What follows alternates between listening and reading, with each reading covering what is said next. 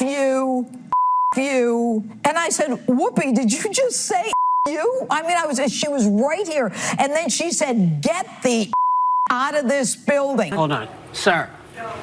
What's I have to stop you with the camera because I can see you. So do me a favor, don't pull it out again. A brute with a mouth always spitting out harsh and vulgar words. Hearing that is enough to make one think of a common street thug, right?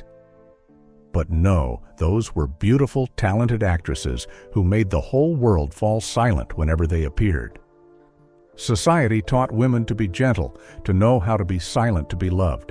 But they were different.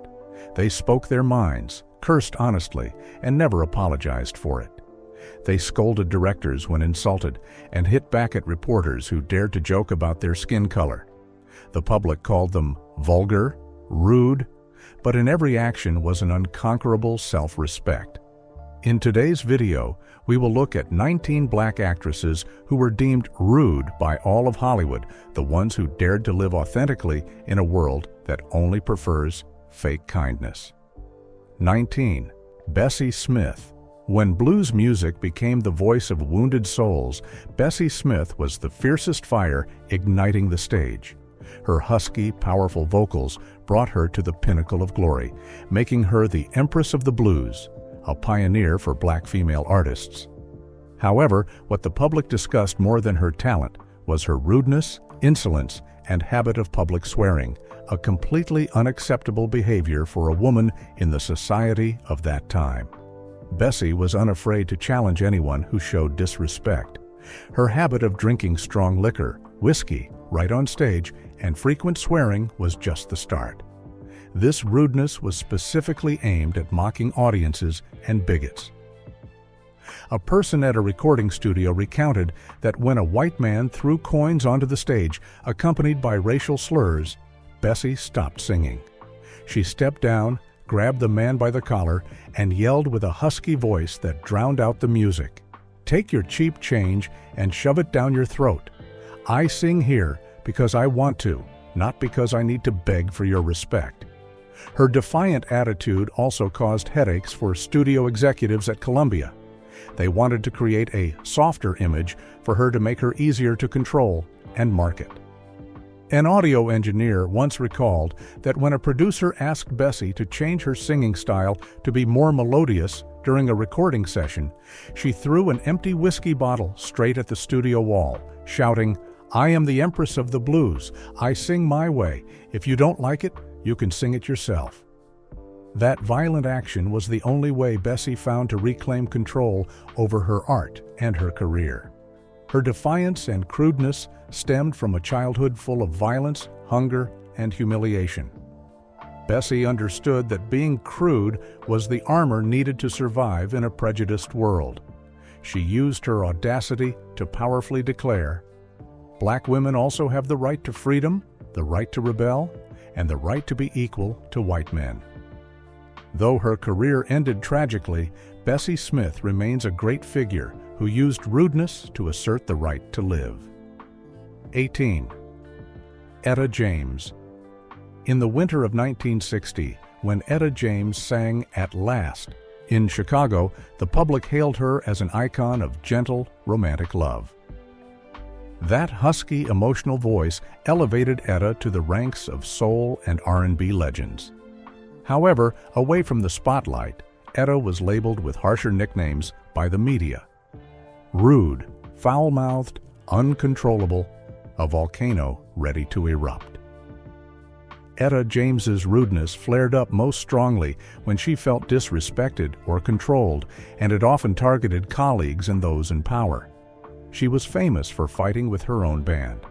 A former drummer once recalled that during a rehearsal, simply because someone hit the wrong note, Etta threw her heavy microphone straight to the floor, then grabbed a band member and berated him with unacceptable profanity. This habit of foul language and arguments often led to actual physical fights backstage, causing headaches for tour managers. Etta's violence and crudeness also spilled into her public life, especially while she struggled with addiction.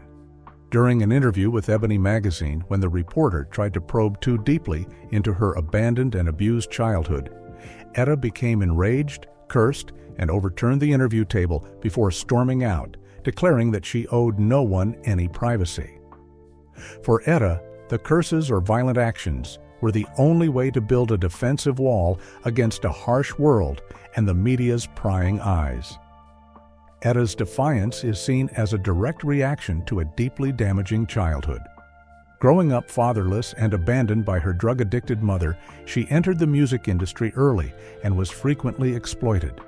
Her anger and crudeness became the only shield to protect herself, fearing being seen as weak and consumed. Etta James used her fierce voice and wildness to hold on to the small piece of freedom that life had never willingly given her. Sometimes vulgarity is not a flaw, but the only way for a woman's voice to be heard above the noise of the world. 17. Josephine Baker. In 1926, at the Folies Bergère in Paris, Josephine Baker stepped onto the stage for a performance that shocked history. She was only wearing a short skirt made of fake bananas. The entire auditorium was silenced by the audacity, then erupted in cheers mixed with whispers of indignation. People called her wild dance vulgar, savage, and a stage frenzy. But it was also that night that Josephine became a symbol of extravagance and freedom in Paris. Josephine's extravagance was not just in her scanty attire, but in the way she performed, aiming directly at societal moral standards. Her movements were seen as wild, overtly sexual, and completely against the performance conventions of white women at the time. This provocation specifically targeted the conservative class and art critics. She once declared frankly, "If my body offends them, perhaps the problem lies in the way they look, not the way I dance." Not only on stage, Josephine also openly lived a bisexual and promiscuous lifestyle, behavior considered immoral at the time. She lived freely with a string of lovers across the world, regardless of gender or race. This frankness brought her intense scrutiny. The American press described her as shameless and lacking in virtue, but Josephine did not back down. She used her lifestyle and artistic rebellion to challenge the whole world, turning her body into a declaration of self-ownership. Few know that before shining in Europe, Josephine was a poor girl in St. Louis, rejected by every stage simply because of her skin color. She understood what it meant to be judged, defined, and forced to be pure to please others. Therefore, her vulgar dances were a declaration of liberation, of the artist with her art, of the black woman with her own body.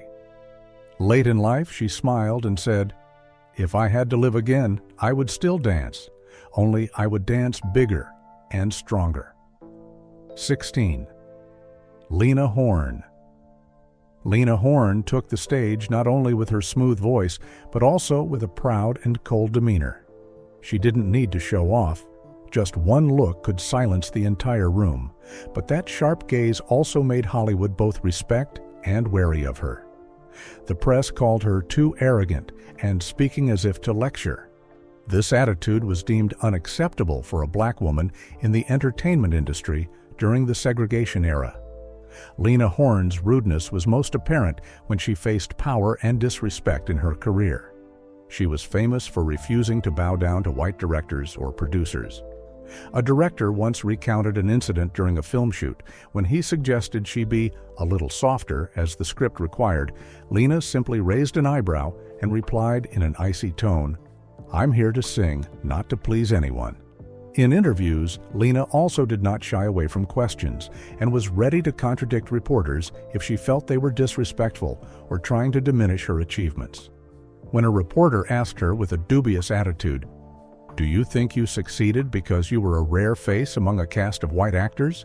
Lena immediately retorted, "No, I succeeded because I am good, and my success has nothing to do with the color of anyone else's skin." This sharp answer spread through newsrooms, deemed disrespectful and rude for its frankness, but was seen as a declaration by thousands of young women. Few know that behind the cold exterior was a woman full of scars. She was excluded from many roles for being considered not refined enough, and forced to lighten her makeup to please white audiences. Her pride and sharpness were not born from arrogance, but from self-respect that had been trampled too many times. She chose coolness and sharpness instead of submitting or weeping. Until the end of her life, Lena Horne maintained that demeanor, composed and full of confidence. 15. LaWanda Page. The laughter in Los Angeles comedy clubs in the 1970s often began with a curse word, and if the person speaking was LaWanda Page, the audience knew they were about to hear something surprisingly dirty. She stood there in a cheap floral dress, cigarette in hand, laughing and recounting life stories in a raw manner. She was called the Queen of Profanity, the woman who delivered anecdotes that even male comedians blushed at. LaWanda's vulgarity was an act of defiance aimed directly at the hypocrisy of the middle class and societal cover-ups. In her routines, she used street language, the dirty language of the slums, to talk about sex, poverty, and taboo subjects. An audience member once recalled that in a famous performance, LaWanda began with the line, "I once asked God why I was still poor. God said, because you tell the truth too much." The whole room burst into laughter, but the laughter quickly faded because of the truth behind it. She used profanity to wrap a harsh reality, forcing listeners to confront the truth of poverty and despair. LaWanda was candid about her crude strategy. "If I speak softly, no one listens. If I swear, at least they laugh and think." She understood that comedy wasn't for entertainment, but for survival, and only strong, shocking language could capture attention. She was called vulgar, but her hoarse laughter was the rare thing that kept the poor from going mad. She turned the rawness of life into storytelling, bitter but true to every breath. Born in the St. Louis slums, LaWanda was once so hungry she ate leftover scraps. Comedy came to her as a survival tool. She turned vulgarity into the shell of truth, a way for souls who had been at the very bottom to dare to speak the truth in a language no one wanted to hear. LaWanda Page taught us that even in dirtiness, there is truth. She used the language of the streets to recount human suffering, and in that laughter, one could see both tears and liberation. 14. Diahann Carroll. Amidst the splendor of 1970s Hollywood, Diahann Carroll appeared with an elegance and poise that made people wary. She didn't yell or make noise, but her every step, every glance exuded an air of aloofness, of arrogance. The press called her the Ice Queen, a beautiful but cold woman, and this distant attitude was considered arrogant rudeness by the media and colleagues.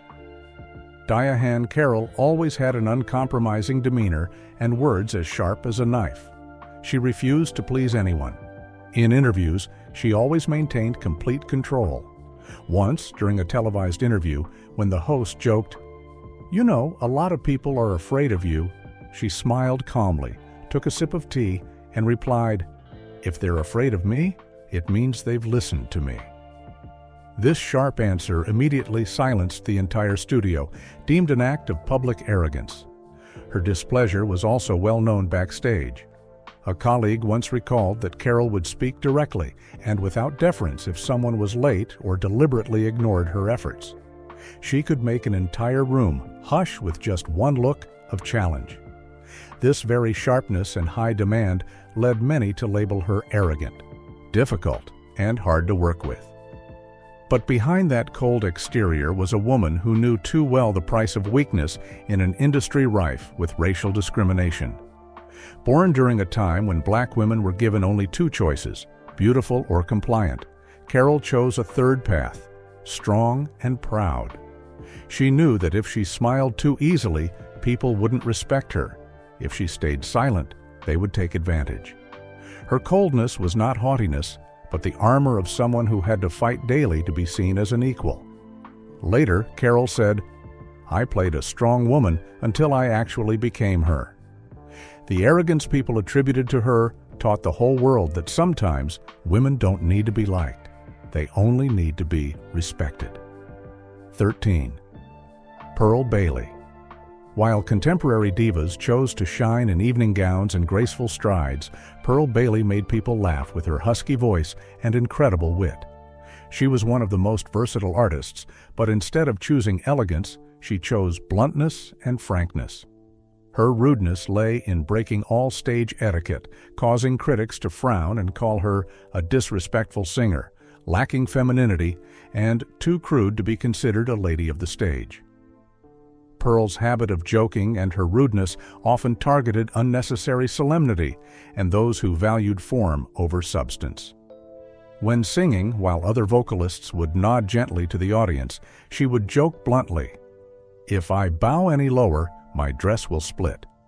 Her peak rudeness occurred at the White House.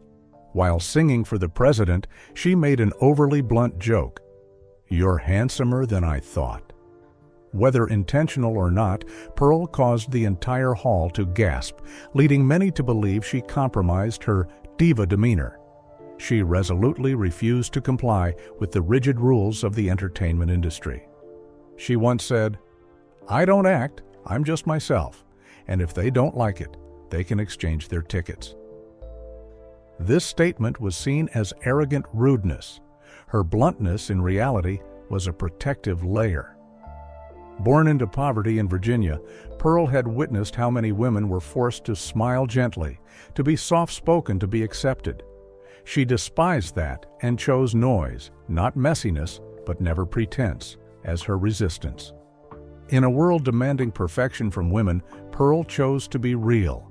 She used her roughness and laughter to break every stereotype, reminding the world that women also have the right to be joyful, loud, and live as they please. Perhaps the very bluntness that people once looked down upon is the reason she is beloved. She proved that, if you laugh loud enough, the world will have to stop and listen to you. 12. Nina Simone. No one sang and played the piano like Nina Simone. Her voice wasn't clear, it was heavy, containing the whole world within it. She was a musical genius, but also a person labeled curt, fierce, and aggressive for her uncompromising attitude on stage. She didn't smile, didn't bow to thank. The audience, and that rigidity, was seen as arrogant rudeness, challenging all conventions of a performing artist. Nina Simone's rudeness was often aimed directly at those she considered shallow or disrespectful of art. She was famous for interrupting performances to lecture the audience.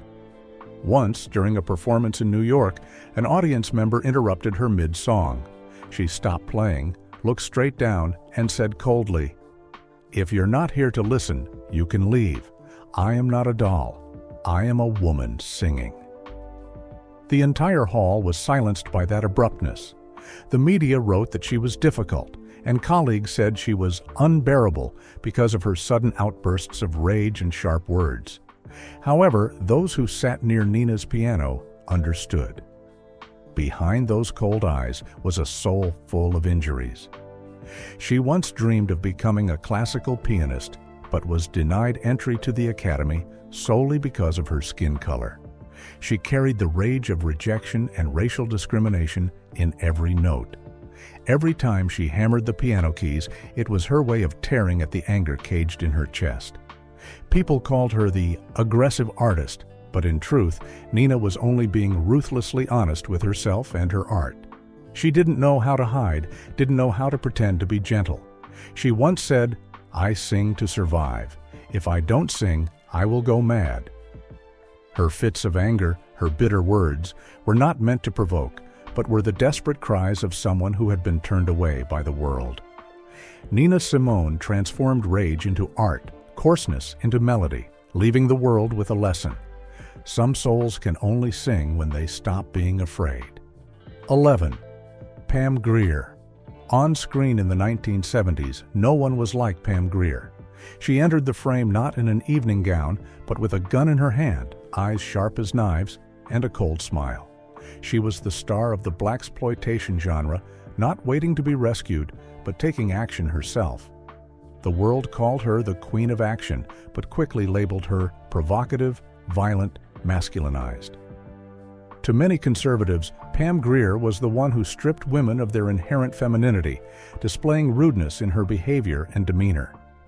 Pam Grier's rudeness was a confrontational declaration aimed directly at gender discrimination in Hollywood. She resolutely performed her own fight scenes, refusing to let stunt doubles intervene. This very recklessness caused her injuries and earned her scrutinizing looks from male colleagues who thought she was encroaching on their territory. When a reporter asked if she feared being seen as masculinized, Pam responded with cold rudeness, "I only do what men do in movies. Why are they allowed, and I am not?" That statement silenced the entire studio, instantly challenging male authority.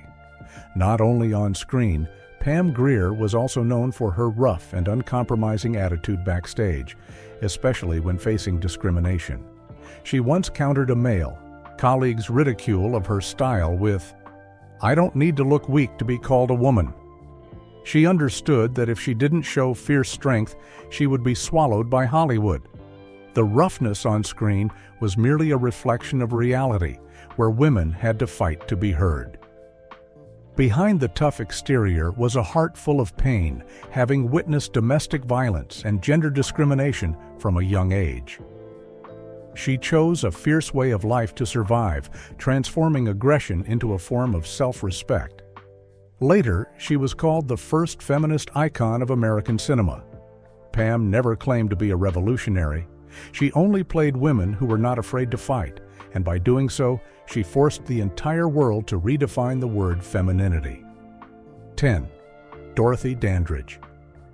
Dorothy Dandridge, the beauty icon of the 1950s, was labeled a fiery diva even after her Oscar nomination. Her rudeness was seen as arrogance, challenging all codes of conduct for a black woman in the entertainment industry. She was impulsive, targeting those in power. When a director asked her to smile prettier, Dorothy snapped, "I am not a doll," and walked off the set. This act was considered public disrespect. This attitude was an act of desperate resistance. Hollywood treated her like an object. Dorothy used her temper to reclaim her dignity, refusing to change according to contract demands. Dorothy's impulsiveness was her sole attempt to retain her self-respect. She paved the way for later generations to dare to say no, transforming her anger into a declaration. 9. Aretha Franklin. Aretha Franklin, the great queen of soul, was famous not only for her voice, but also for her difficult diva attitude and excessive bluntness.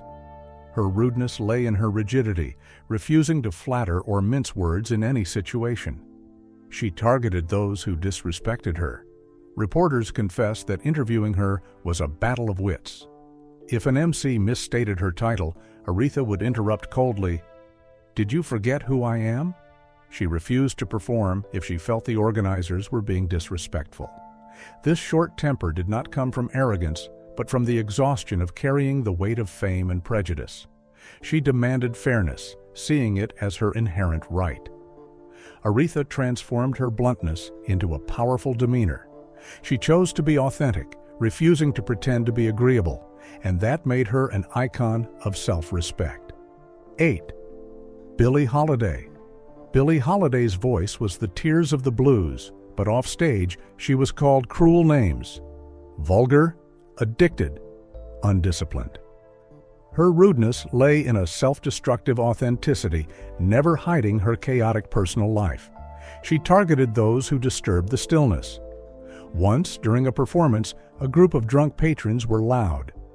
Billie stopped singing and said coldly, "If you want to talk, go outside. I sing for those who need to listen." Colleagues also recounted her cursing mid-show. This attitude stemmed from an abused childhood and growing up in dimly lit bars. She used vulgarity to reflect the pain of loneliness no one understood and the only escape she found in music. Billie Holiday turned her roughness into melody, proving she lived truthfully. That excessive authenticity forced the world to silence, though it cost her her entire life. 7. Eartha Kitt. Eartha Kitt was a seductive and talented artist, but she was boycotted by the White House and Hollywood for her insolence and disrespect. Her rudeness lay in her political frankness, daring to speak the truth when no one else dared. Her insolence targeted high-level power. In 1968, at a First Ladies' luncheon, Eartha declared, "People talk about peace while our sons are dying in Vietnam." The entire room froze. She was labeled a traitor, and her career was blacklisted. This fearless attitude was shaped by an abandoned, impoverished childhood. She did not apologize for the truth. She said, "I said the right thing, and I'm not sorry for it." That insolence created a legend. Eartha Kitt taught that courage can wear the voice of a woman who knows no fear, daring to speak the truth. 6. Tina Turner. Tina Turner was the unstoppable fire of soul and rock and roll. However, her fierce, man-like screaming performance style was criticized as unfeminine and crude. This rudeness lay in her instinctive outburst on stage. That ferocity targeted personal suffering. She didn't merely sing, she screamed, yelled, and writhed in every lyric of Proud Mary. The public viewed this as violence in art. This raw attitude was the result of 2 decades spent living under Ike Turner and enduring brutal abuse. She once said, "I scream because it's the only way I can hear myself." The unfeminine quality that once drew criticism ultimately became a symbol of power. Tina transformed the screams of pain into music, asserting a woman's right to live authentically. 5. Della Reese. Della Reese, the jazz star and actress from Touched by an Angel, was famous for being the most swearing woman in Hollywood and speaking her mind. Her rudeness lay in her unvarnished honesty and use of everyday language. She targeted cliché questions. On a talk show, when asked if she was afraid of saying the wrong thing, Della replied, "If God heard me say something wrong, He would have corrected me long ago." She was also criticized as stubborn when speaking about faith. If you only believe in God when things are convenient, that's a transaction. That frank attitude came from a life of hardship, having almost died from a heart condition. Instead of concealing her pain, she spoke it all, without flowery words. She talked to God, like a friend. For Della Reese, swearing was honesty. She transformed roughness into warmth, proving that sincerity can sometimes frighten others more than deception. 4. Lola Falana. Lola Falana was the star who commanded the Las Vegas stage, but the press criticized her as seductively vulgar, flirtatious, and too bold. Her rudeness lay in her public, uncompromising celebration and ownership of her body. Her provocation targeted moral standards. When colleagues advised her to be more restrained, she retorted, "I'm not playing a role. This is me." She once declared, if confidence makes people uncomfortable, maybe they should learn to be comfortable with their own bodies. That bold attitude was a weapon against prejudice. She was once considered an exotic commodity in the entertainment industry, so every dance move was an act of reclaiming bodily autonomy. The flirtatiousness, once considered a flaw, eventually became a symbol of freedom.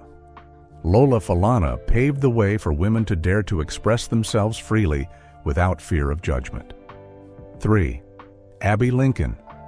On the jazz stage in the 1960s, Abbey Lincoln didn't just sing, she spoke with her husky, sharp voice.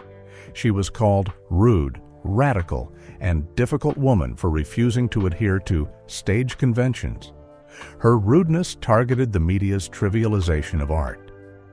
When a reporter asked why she didn't dress provocatively, she snapped, "I don't sell my voice with my clothes." She refused to sing trivial songs, declaring, "I am no one's background singer." This radical attitude was an effort to reclaim dignity. When the press tried to turn her into a black muse, she reacted fiercely. Later, she collaborated on the Freedom Now Suite, an album considered too political. Abbey Lincoln's rudeness was her dignity. She taught later artists that the truth sometimes needs to be shouted, even if that voice makes the world uncomfortable. 2. Grace Jones.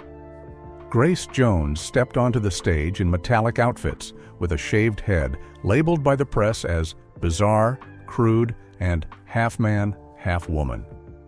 Her rudeness lay in breaking all gender boundaries, challenging the definition of femininity. Her eccentricity targeted beauty standards. When people expected softness, she chose angular, muscular physique. She laughed. "I don't need to be beautiful, I need to be real." She also said, "If it makes the standard collapse, it's not my fault." This defiant attitude came from a childhood of taboos and a thirst for freedom. She decided to tear down every barrier with her style, becoming a gender-neutral entity. What people called crudeness was, in fact, the language of freedom. Grace Jones proved that to create true beauty, one must dare to break every notion. 1. Moms Mabley. Moms Mabley was the queen of comedy, famous for her dirty, immoral, and profane language. Her rudeness lay in daring to speak openly about women's sex and desires during a time of moral constraint. She targeted taboos. She joked half seriously, "I like young men, they still have enough teeth to smile at me." Conservatives called her an unvirtuous woman. She said, "I'm only afraid they won't understand what I'm saying." This raw attitude was a form of healing. She had a difficult childhood and was subjected to abuse. The stage was the only place she could speak truthfully about desire without being punished. Moms Mabley's vulgarity helped a whole generation of women learn how to stand on stage, turning taboos into matters that could be discussed.